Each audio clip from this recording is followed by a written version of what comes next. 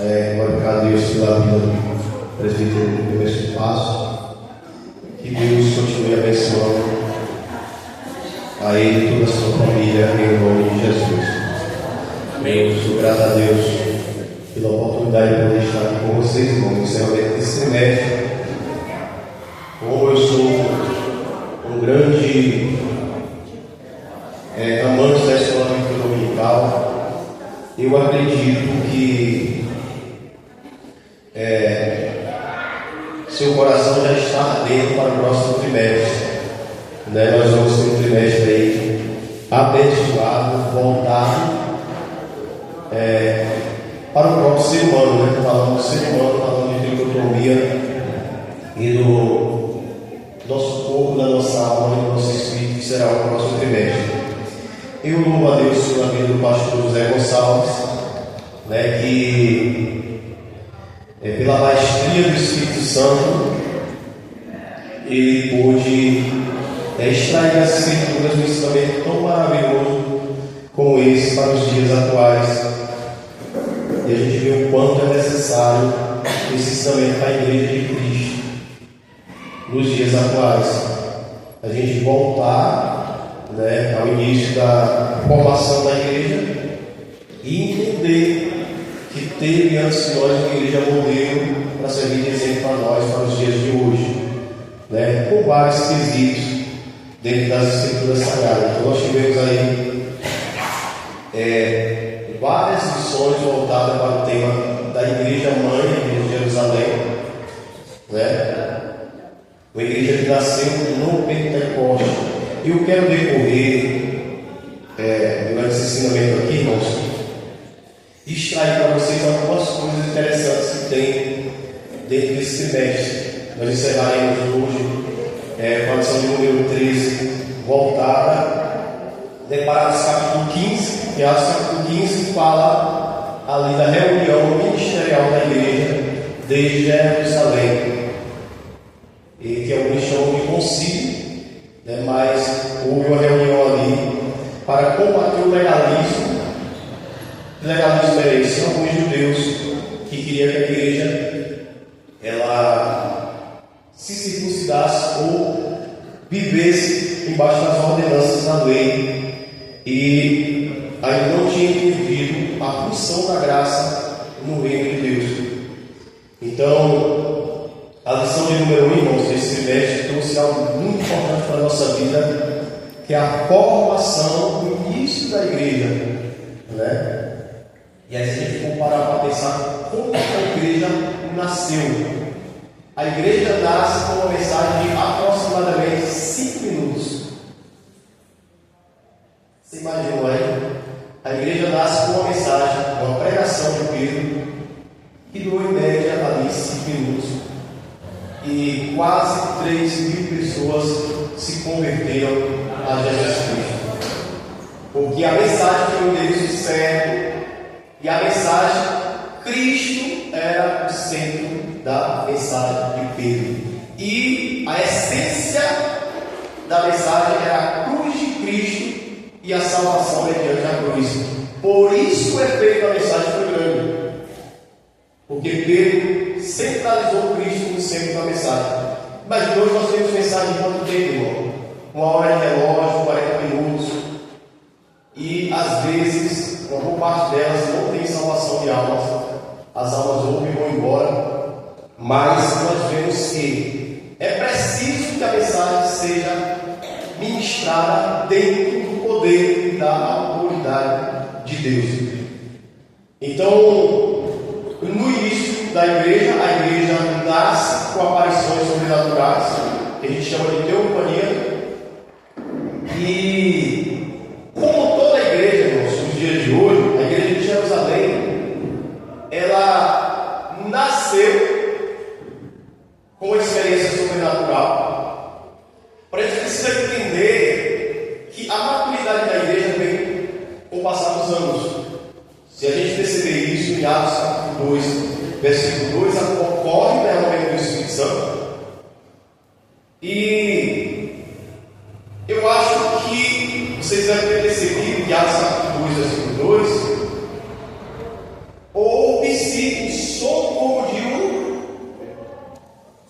Mas será realmente um som como de um vento, irmão? Ou foi a igreja que interpretou assim? É para a gente parar para pensar e perguntar para a Bíblia, será que foi isso? A igreja estava nascendo em uma experiência sobrenatural de Deus. A gente percebe no texto que eles viram, foram vistos, por eles línguas repartidas como que fogo. E o engraçado que a gente percebe no texto da lição 1 é que repousava, presta atenção nisso aqui, ó, repousava sobre cada um deles. Então a experiência sobrenatural ela é individual. A experiência sobrenatural ela é individual. Alguém viu e relatou que viu línguas como de fogo que pousavam sobre acima deles, descia sobre cada um deles, e aí, depois que as línguas repousaram sobre eles, a manifestação sobrenatural de Deus, do poder de Deus. E a gente eu vou detalhar um negócio para vocês aqui, que eu acredito que a gente já leu isso aqui diversas vezes e nunca parou para pensar no que está no texto. Só que a gente percebe que a capítulo 2 eu estou falando da experiência do início da igreja. Então ali eles fazem uma manifestação verbal. Lucas descreve isso, que ouviu-se um som como de um vento veemente e impetuoso. Essa expressão é usada por Lucas celeu, ou celeu, que é a expressão correta no grego. É de um som. A gente pega lá no texto capítulo 2 e 2, eles diz que ouviu-se um som. Só que a gente vai parar para pensar o seguinte: um vento veemente impetuoso. A gente precisa entender que no decorrer do crescimento da igreja há uma mudança de entendimento em relação a alguma coisa que se ouve ou que se acontece dentro da igreja. Se a gente for analisar aqui todo o contexto desse trimestre, a gente vê que o acontecimento puxa para uma adoração centralizada em Cristo. Essa é a ideia desse trimestre.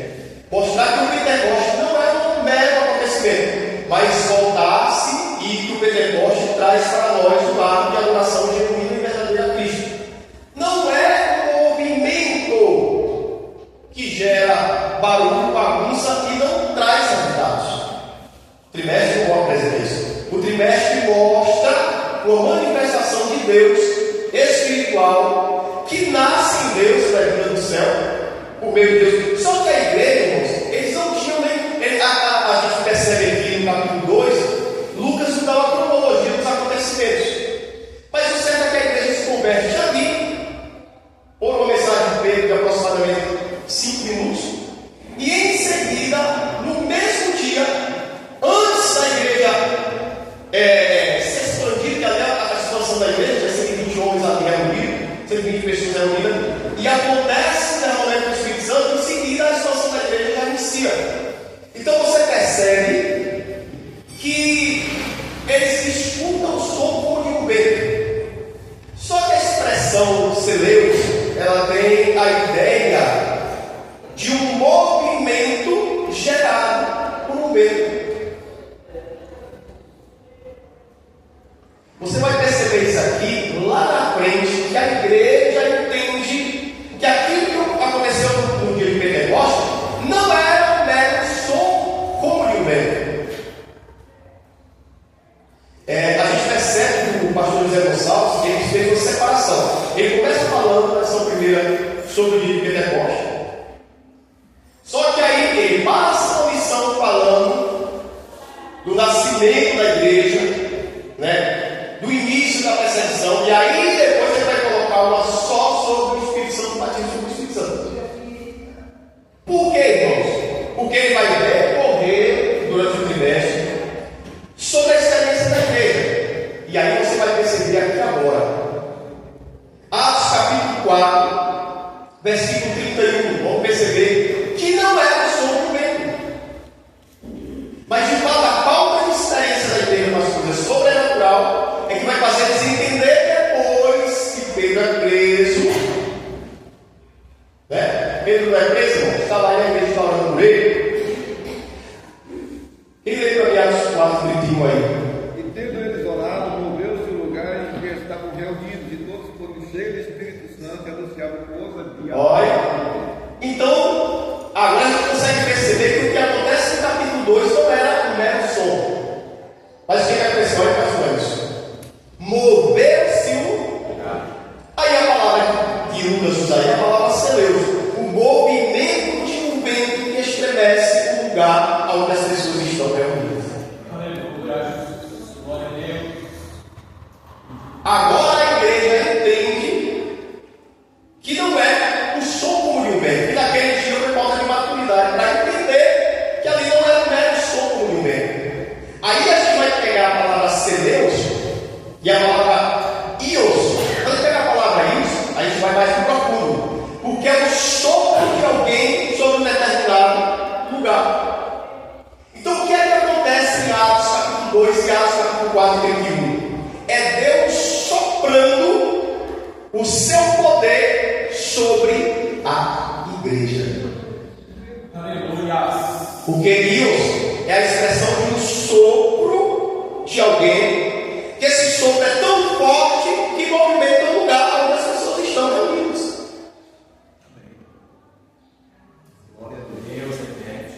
E aí o presbítero Edson leu aqui que houve ali um lugar que aconteceu o mesmo lugar. Moveu-se o lugar. E aí na profundidade da palavra, um lugar tremendo. Lembra do que aconteceu com Paulo, com Silas? E a gente precisa entender isso aqui, porque esse texto é extraordinário para a nossa vida, irmão. Em Atos capítulo número 2, Deus está formando a igreja. Em Atos capítulo 4, a igreja já está sendo perseguida. Agora reparem no texto, a gente presta atenção na lição, que a igreja não para para pedir bênçãos para Deus. A igreja está orando ali para que Deus não deixe que o evangelho seja barrado pelas autoridades infiéis que queriam barrar o crescimento da igreja. Então a igreja ora para que o evangelho não seja barrado e que eles possam crescer avançando, pregando o evangelho. Aí Deus responde de uma forma imediata. Olha, presta atenção, olha que oração que eu nunca vi aqui, irmão. Oração foi respondida tão rápido como essa.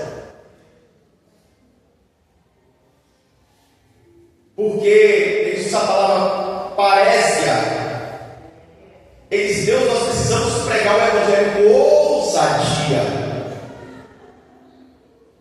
A gente não quer ser. E olhem que eles já tinham sido cheios de Pentecoste. Tinha 120 pessoas naquele lugar reunido e Deus encheu eles do Espírito Santo.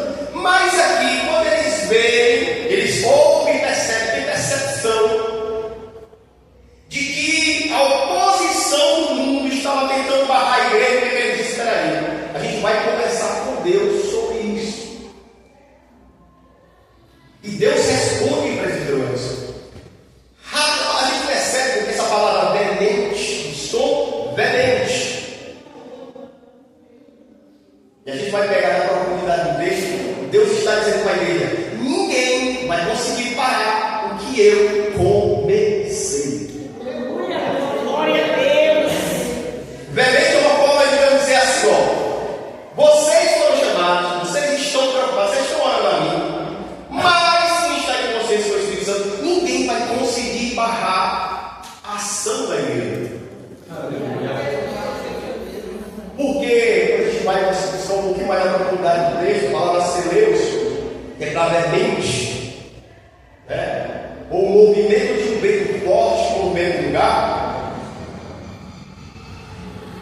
é a demonstração da soberania do Espírito Santo em relação à igreja no mundo.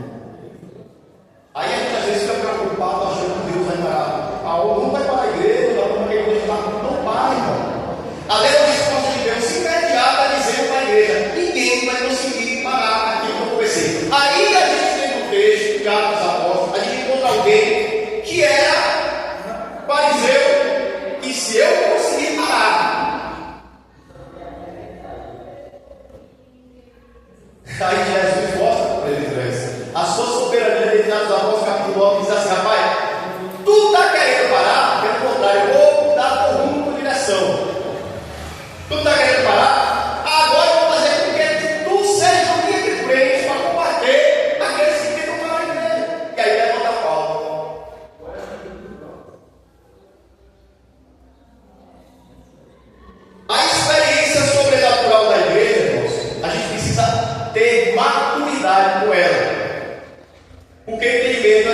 mudar dependendo de como Deus se manifesta no meio do seu povo.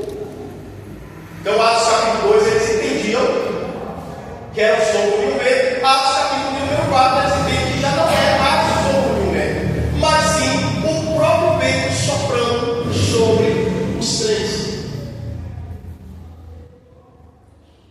E aí, dentro dessa experiência, a gente tem outras experiências de acontecimento dentro da igreja de Jerusalém. Qual que é? Olha, mas esse trimestre, se a gente fosse ficar falando aqui das riquezas trimestrais, a gente encontra, por exemplo, a experiência do crescimento da igreja, da situação do apóstolo Pedro, acostumado com a lei. Aí ele é chamado para dirigir a igreja. Ele ganha aquelas vidas, mas Pedro pode ser, o evangelho pode ser parado, Pedro pode ficar unicamente no lugar ali trabalhando. Aí ele nomeia João, irmão, que é chamado de irmão do Senhor, mas na verdade é irmão de Jesus, para tomar conta e doutrinar isso. Se você pegar, João não, Tiago, que é chamado de irmão do Senhor, em alguns textos, mas na verdade é primo de Jesus. Se você pegar, isso aqui é extraordinário, se você pegar Tiago capítulo 1, aí a gente olha para esse dia e diz, rapaz, Jesus, que lugar eu estou, que posição é a minha? Porque os irmãos, nesse trimestre, quando ocorre a morte do Tiago apóstolo, que não é o Tiago da carta, é o Tiago, que não é o irmão de Jesus, é o Tiago, irmão de João. Quando a cabeça dele é cortada, a igreja não para fazer velório, não dava. Aí a gente olha para esse mestre e a gente pensa assim, Jesus, eles abandonam tudo. Eu não estou falando que eles esperem pegar meu carro, vender e depois ir para a missão. Eles abandonam tudo, saem dentro de Jerusalém para ir para Samaria, para Antioquia. E aí João agora que doutrina a igreja. A doutrina inicial da igreja se trata 100% na palavra de Deus. A gente precisa entender que eles não tinham a Bíblia com a gente. Eles não tinham os 66 livros que a gente tem na palavra de Jesus. A palavra de Deus que eles levavam era a vivência que eles tinham vivido e a experiência que eles tinham passado com Jesus Cristo, viver com eles, fazer milagre. E eles só levavam a mensagem de Deus no coração, porque eles não tinham um livro como a gente tem. Mas quando eles abriam a boca, é por isso que Jesus disse para eles só, não se preocupem, porque naquele dia quando vocês abrirem a boca, o Espírito Santo falará com vocês. E aí quando a gente pensa sobre a doutrina da igreja de Jerusalém, irmãos, imagina você abandonar tudo e ir lá para o meio de Antioquia, uma cidade que era extremamente pecaminosa. Aí estão lá, sem comida, sem casa, sem roupa, andando pregando o evangelho. Aí, quando eles estão lá, eles recebem a carta de Tiago, capítulo 1 de Tiago. É o início da carta direcionada de Tiago a esses irmãos que estão agora fora de Jerusalém pregando o evangelho. É chamado as boas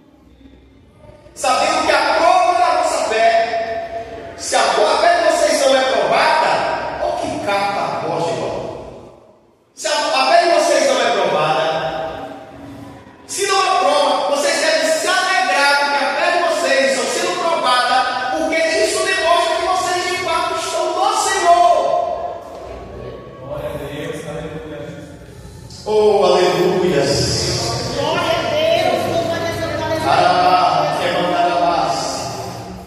Deus de mistério. Aquela presença de Deus que eles tinham sentido logo quando prenderam Pedro, e quando mataram Tiago, eles tiveram que fugir ali para não ser morto também. Aquele dia, daquele som que eles ouviram de lá em Atos capítulo 2, mas o movimento do vento que ocorreu em Atos capítulo 4 fizeram eles sobreviver a diversas tempestades no meio do mundo, que eles não sabiam nem para o dia. E é tão interessante isso aqui, irmãos, porque ele não tinha tempo para entender isso. Esse é o assunto para Jesus. Ele não pera ali, vamos circular. Olha que coisa interessante. Eles ganhavam. A Bíblia não descreve tanto, mas a Bíblia descreve com multidões que eles ganhavam para Jesus. E eles colocavam outra pessoa inexperiente para tomar conta daquela multidão ali, ó. Hoje a gente pega alguém com experiência grande, ó. Foi fundado a igreja do Natal, então vou pegar o presbítero Hermes, que já tem experiência no ministério, vou tentar tomar conta. Não, eles não tinham essa opção. Eles ganhavam a gente para Jesus e assim, olha, é você que vai separar para cuidar do rebanho. É por isso que a gente vai ver lá na frente, quando Barnabé, ele vai à igreja de Antioquia, ele chega naquela região ali, e aí ele vê a manifestação da graça de Deus no meio do povo. Aí ele diz assim, ó, peraí, a graça que está sendo manifesta é uma maravilha, mas precisa de um ensinamento maior. Aí ele volta e busca Paulo, e aí Paulo fica por aproximadamente 2 anos com ele ali ensinando a igreja, porque eles não tinham ninguém que ensinasse Paulo, que já se convertiu, e agora Paulo vai lá para ensinar a igreja. Então a doutrina aplicada é uma doutrina extremamente cristocêntrica. Não tinha aquela história que a gente vê nos dias de hoje, irmão, desse favoritismo de palavras que comporta o coração do crente. Eu acho engraçado esse trimestre que, quando eles são presos, olhe para cá, quando eles são presos, e aí eles são soltos depois, porque a ideia principal era matar só Tiago para dar um susto na igreja. Matando Tiago, tá beleza. E aí imediatamente, a gente quer o cabeça, vai matar o cabeça, a gente mata o cabeça, os outros se afastam. E a regra pode acontecer alguns foram espécies. Mas quando eles são soltos, irmãos, eles saem da prisão alegre. Eu não estava alegre porque tinha recebido uma bênção. Eles não estavam alegres porque ouviu uma profecia que satisfizesse o coração deles, não. Eles estavam alegres porque eles eram assim, olha, de fato nós somos discípulos porque estamos sendo perseguidos pelo nome de Jesus. A alegria deles é porque estavam sendo perseguidos por amor ao Evangelho.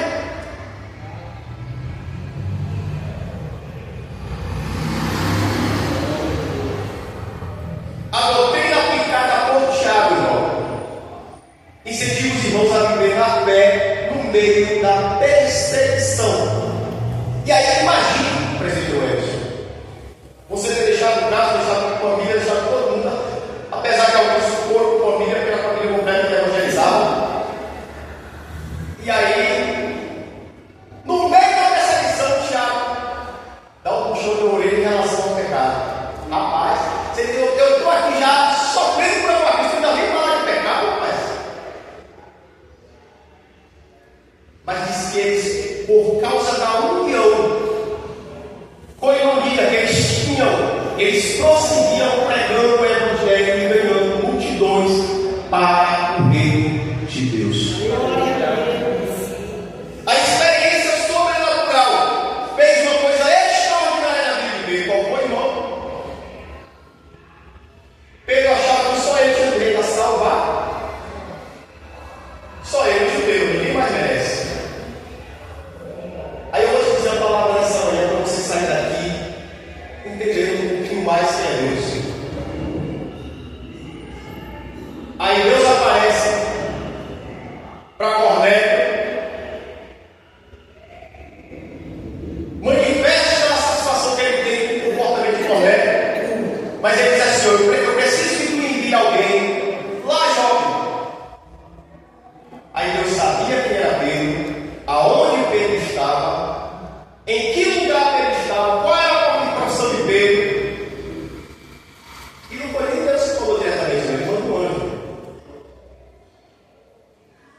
Aí Deus conhece o endereço de Pedro, o comportamento de Pedro.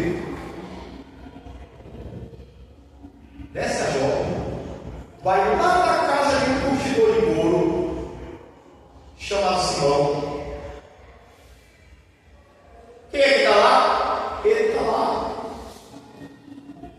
Irmão, isso aqui é interessante a gente entender, porque quando a gente é chamado para o ministério, todos nós somos chamados por Deus para fazer a obra dele, todos nós. Não adianta a gente se esconder de Deus,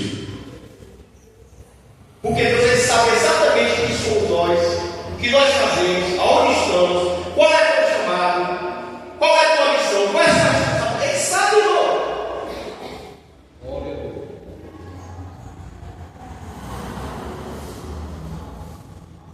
Ele traz Pedro, e aí Pedro, isso aqui é interessante porque isso aqui muda a vida do crente, irmão. Quando os homens chegam para Pedro assim, olha, a gente recebeu uma mensagem aqui, que tu precisa ir em uma região que não é Jerusalém, que é gentílica, e que tu precisa ir lá orar para um povo que não é judeu. Deus apareceu a ele, através do anjo, levou lá, e disse que tu tem que ir lá. Aí Pedro deitou e disse assim, rapaz, estou conjecturando, não. Pedro, rapaz, eu judeu, sei que tem que obedecer a lei, pregar para gentil. Mas Deus conhece teu pensamento. Quando dá de noite é teu espelho, a obra não é tua, não. Não é tu que faz do jeito que tu quer, do jeito que eu quero. Aí o que é que Deus diz para Pedro? Aparece um lençol, quando ele vai se pôr dentro do lençol, diz para Pedro, Pedro, pega aí como aqui, ó Pedro, não, meu não. Aleluia. Para mandar a massa.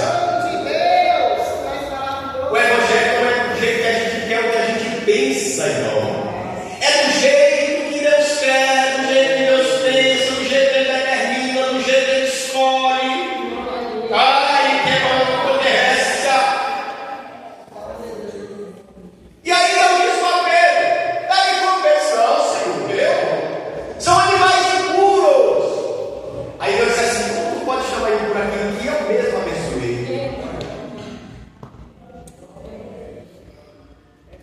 A experiência de um apóstolo no nascimento de uma igreja.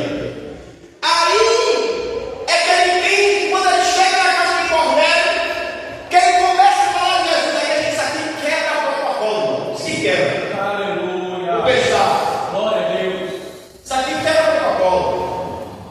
Porque a gente tem aquela ideia de que precisa orar, jejuar, consagrar, para poder receber o Espírito Santo, para poder ser batizado no Espírito Santo. É conversa fiada, irmão.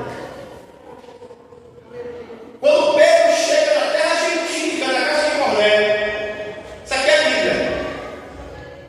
Aí está o gentil que nunca nem tinha ouvido falar de Jesus. Aí Pedro começa a exposição da palavra, colocando de novo quem no centro? Jesus Cristo de Nazaré. Glória a Deus. Quando Pedro começa a expor aquela palavra, ele disse assim, ó irmão, peraí, você precisa descer para poder ser batizado. A minha Bíblia diz que no meio da mensagem de Pedro, Maravilha. Glória a Deus. todos foram cheios com o Espírito Santo de Deus, porque batismo com o Espírito Santo é por meio da fé. Tu pode consagrar, tu pode orar, tu pode descer, mas se tu não crê, o Espírito não te batiza. Quer ver uma coisa dessa? Está Bíblia 19. Tinha 12 homens que já tinham se convertido a Jesus. E aí Paulo chega para eles e diz assim, ó, vocês já foram batizados no Espírito Santo? Não, não conhecemos o Espírito Santo. Por que você não conhece o Espírito Santo? Você se batizado de quem? No batismo de João. Aí a Bíblia diz que Paulo vai lá. Olha, irmão, coisa linda. Paulo disse assim, peraí, ó, vai fazer um jejum para ser batizado. A Bíblia diz que Paulo impõe sobre eles a mão e eles são cheios da presença do Espírito Santo de Deus. Porque batismo é por meio da fé. Tem gente que busca 30 anos, orar, mas na hora que o Espírito Santo vai batizar, você não acredita que é o Espírito. Na hora que Deus vai encher, você duvida. Oh, aleluias! Deus liberte Jesus. É impressionante esse trimestre aqui, irmão. Quando Pedro e João vai subir ao templo depois de ser perseguido, preso, a igreja ora, isso aqui tem algo extraordinário, porque Deus não deixa a obra dele parar de nenhum. Mas eles foram subir ao templo e eles veem alguém que é paralítico. Uma das coisas extraordinárias para o crescimento da igreja: não deixe os dons espirituais morrerem dentro da igreja. A igreja de Jerusalém, ela tinha experiência sobrenatural, vivia a palavra de Deus, porque a palavra tem que ser prioridade, porque a palavra é a palavra de Deus. Ela elimina o pecado na vida do crente, leva o crente a se conscientizar que o crente está errado ou que está certo. Quando os dons espirituais aqui, esse texto do pastor José Gonçalves, dia de Pentecoste, tem gente que diz assim, né, irmão? Está cheio do Espírito Santo, está cheio de amor. Coloca o negócio na sua cabeça. Quando você está cheio de amor, você já viveu experiências sobrenaturais com Deus, e o fruto do Espírito ganhou espaço no seu coração, e agora você está descendo, deixando o fruto do Espírito trabalhar na sua vida. Isso é amor. E aí você ama as almas, você ama seu irmão, você ama. A experiência de ser cheio do Espírito Santo, ela não pode ser confundida nem terminada com amor. O crente cheio do Espírito Santo, ele fala em línguas, ele tem os dons sobrenaturais, ele vive a palavra de Deus e ele ama. Então a gente não pode colocar o amor como elemento de prova de que a pessoa está cheia do Espírito Santo e eliminando os dons. Isso não pode ser feito. A prova de que alguém foi cheio não significa que ele vai permanecer cheio, mas a prova de que ele foi cheio é as manifestações sobrenaturais de Deus e o falar em línguas estranhas. Eu me impressiono porque Paulo escreve no capítulo 14 de 1 Coríntios, ele vai dizer assim, ó: não proibais falar em línguas estranhas. Glória a Deus, aleluia. Quando a igreja começa a bloquear, a igreja de Jerusalém tinha dons espirituais, revelação. Quando Paulo chega a Jerusalém, um determinado profeta escreve assim, ó, ele é cheio do Espírito Santo e começa a profetizar a profecia, irmão.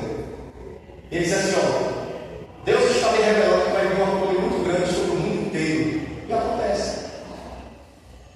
Quando a gente bloqueia a ação, porque parece que às vezes a gente quer, é eu que mando. Mas na verdade é o Espírito Santo. Porque o que Paulo consiga, capítulo 15 aqui, que a gente já vai encerrar? Quando ele se reúne para eliminar, né, o legalismo que existia dos judeus. Porque o que é legalismo? É aquele crente que acha que apenas obras se salvam. Ele coloca a obra como meio de salvação. E ele coloca, às vezes, até a sua própria santificação como meio de salvação. Que era o que aconteceu com os judeus judaizantes. Os judaizantes cristãos, na verdade.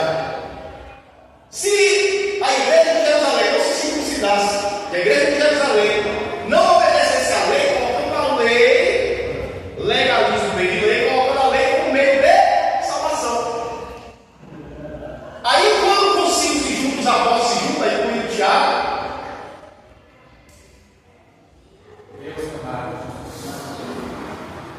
aí Pedro se lembra. Aí a gente diz assim, né, irmão? Ah, irmão, experiência da obra não conta não.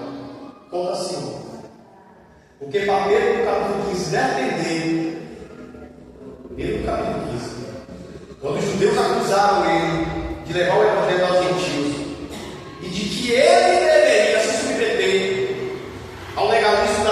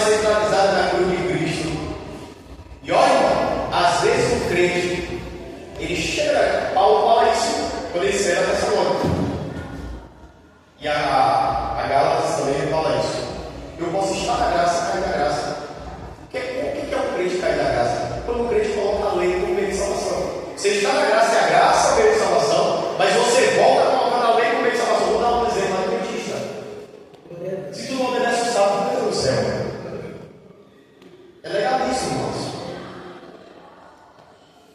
Porque Jesus é o Senhor do sábado.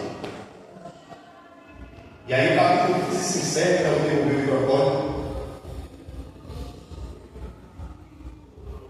com o fechamento doutrinário, princípio doutrinário da igreja. Aí, quando eles vão tomar uma decisão no concílio, aí não diz assim, foi a gente que decidiu, não. Vamos dizer assim, pareceu bem a quem? Pareceu bem ao Espírito Santo. Ele é primeiro. Aprende isso aqui. Pareceu bem ao Espírito Santo, pareceu bem a nós. O Espírito Santo é primeiro. Pareceu bem ao Espírito Santo e a nós somos secundários. Primário é o Espírito Santo. Pareceu bem ao Espírito Santo e a nós que com vocês essas doutrinas. Que doutrina era essa? A principal delas. Se abster da prostituição. Eu acredito que esse trimestre, irmão, trouxe para você um aprendizado gigantesco do que cabe ser igreja de Cristo. Eu acho que esse trimestre trouxe uma habilidade maior para nós, como crentes. Saber que as mensagens pregadas, que está no contexto do trimestre, a mensagem pregada tem que ser voltada para Cristo. Às vezes a gente se preocupa tanto com a satisfação do ego humano. A gente olha para a igreja calada, e aí a gente já traz uma mensagem, mano, eu vou te perguntar a história toda.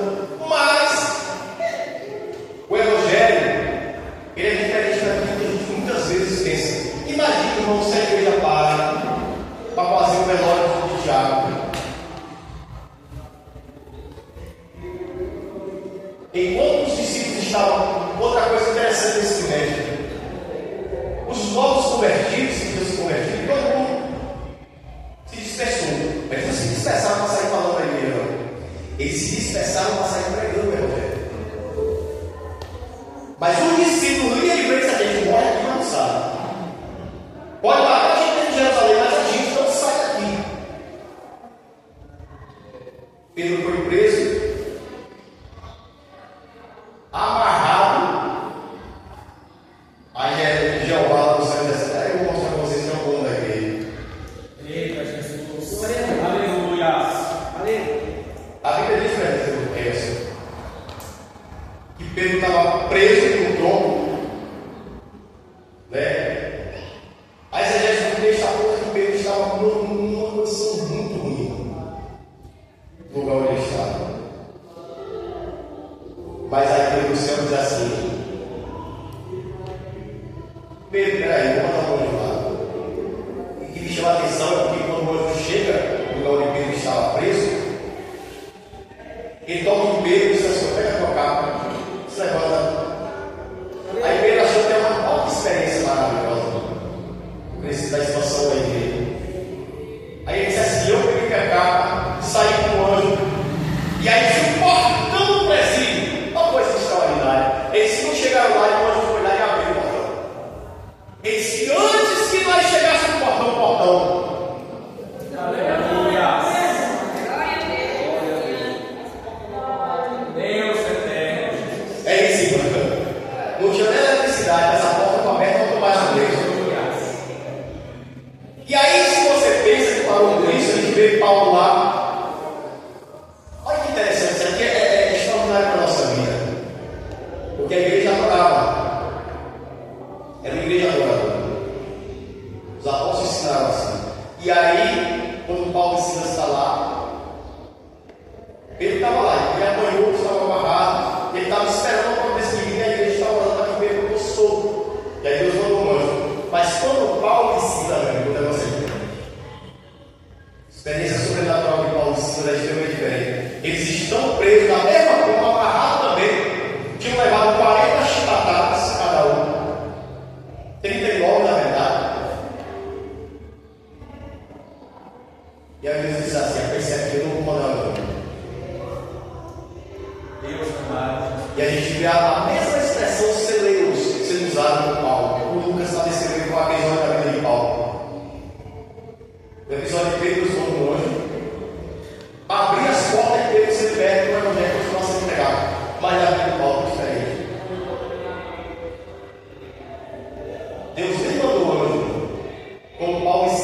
começaram a louvar Deus lá no céu. Essa palavra de Atos 4:31 aparece a mesma. A gente escuta muita expressão terremoto, mas é a mesma palavra de Deus. E a gente vai ver que o cima de Cristo está da mesma forma que Atos 4:31. Paulo está amarrado, Silas está amarrado no trono, a igreja está tentando separada, aí Deus sopra da mesma forma. Aí diz que houve-se um terremoto, não vendo chegando. Aleluia. Ninguém consegue parar a igreja. Glória a Deus. Essa é a minha palavra para vocês também. Ninguém vai conseguir te parar. Aí a palavra do que desce. Ninguém vai parar a igreja que Jesus levantou. Ela é fundamentada no autor da vida. Nada consegue parar a igreja de Cristo. Seja na tribulação, na tempestade, na angústia, na dor, o dono da igreja que te chamou não vai deixar você parar.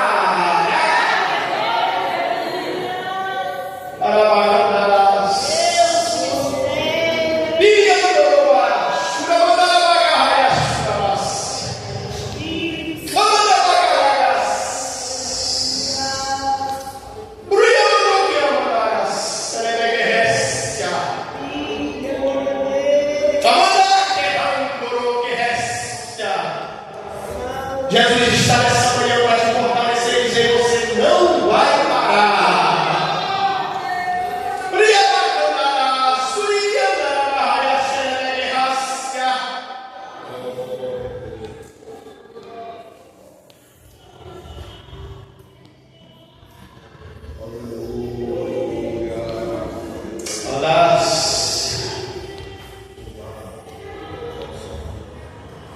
Eu quero agradecer ao presbítero Edson Passos.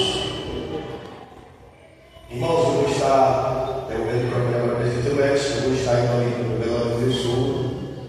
Ele faleceu ontem à noite, por volta de 20 horas no Hospital Geral. Já estava ontem, né? Está sendo velado na segunda-feira, 2 de julho.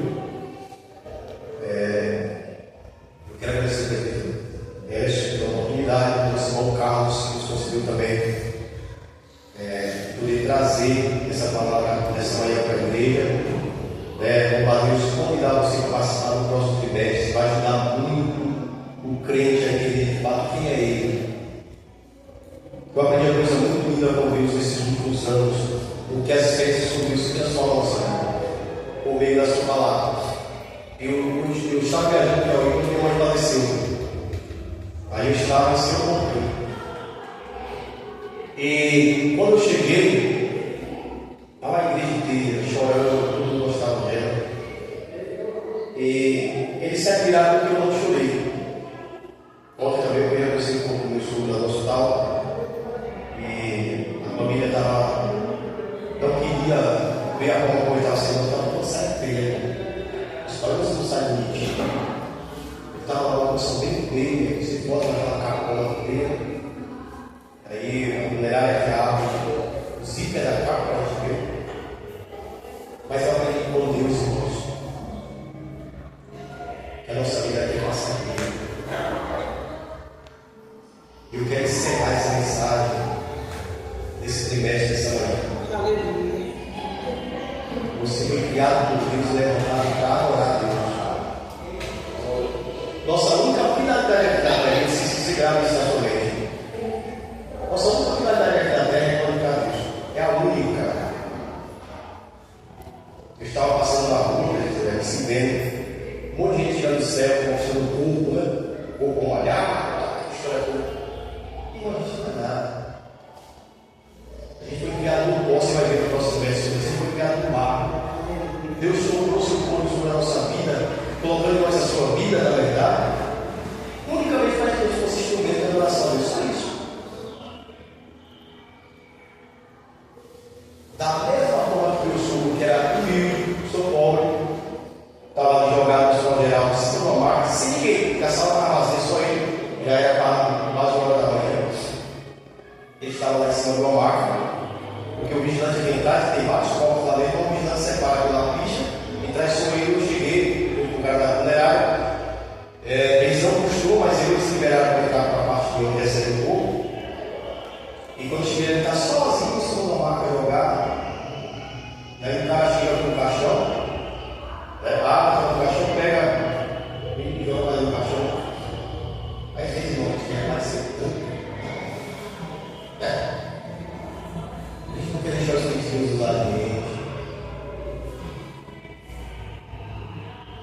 Quando Deus quer nos usar com autoridade, com graça, a gente bloqueia a ação do Espírito Santo, achando que a gente é dono da nossa fortaleza.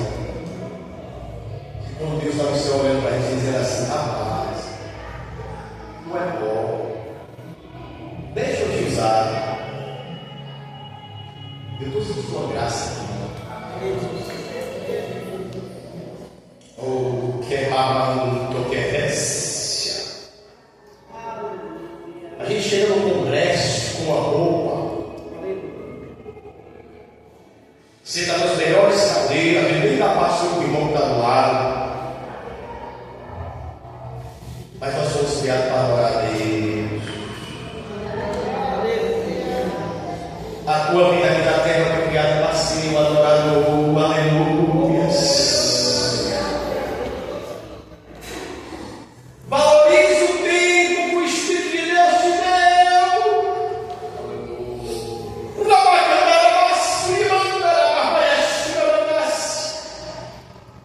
Você, como igreja de Deus, não tem autonomia de dizer o Espírito Santo, você aqui não vai operar. Ele é o maestro que é a igreja. Não qualquer resto, não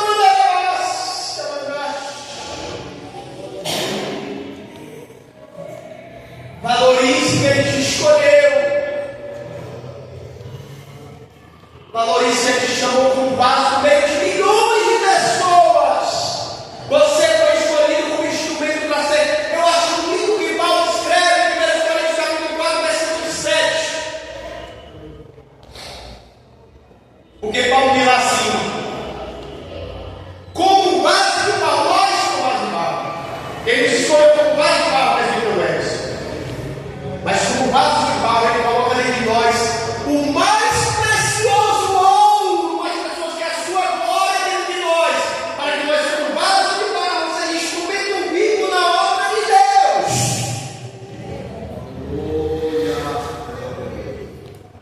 Ele orou para nós como vaso de barro, enchemos de seu poder,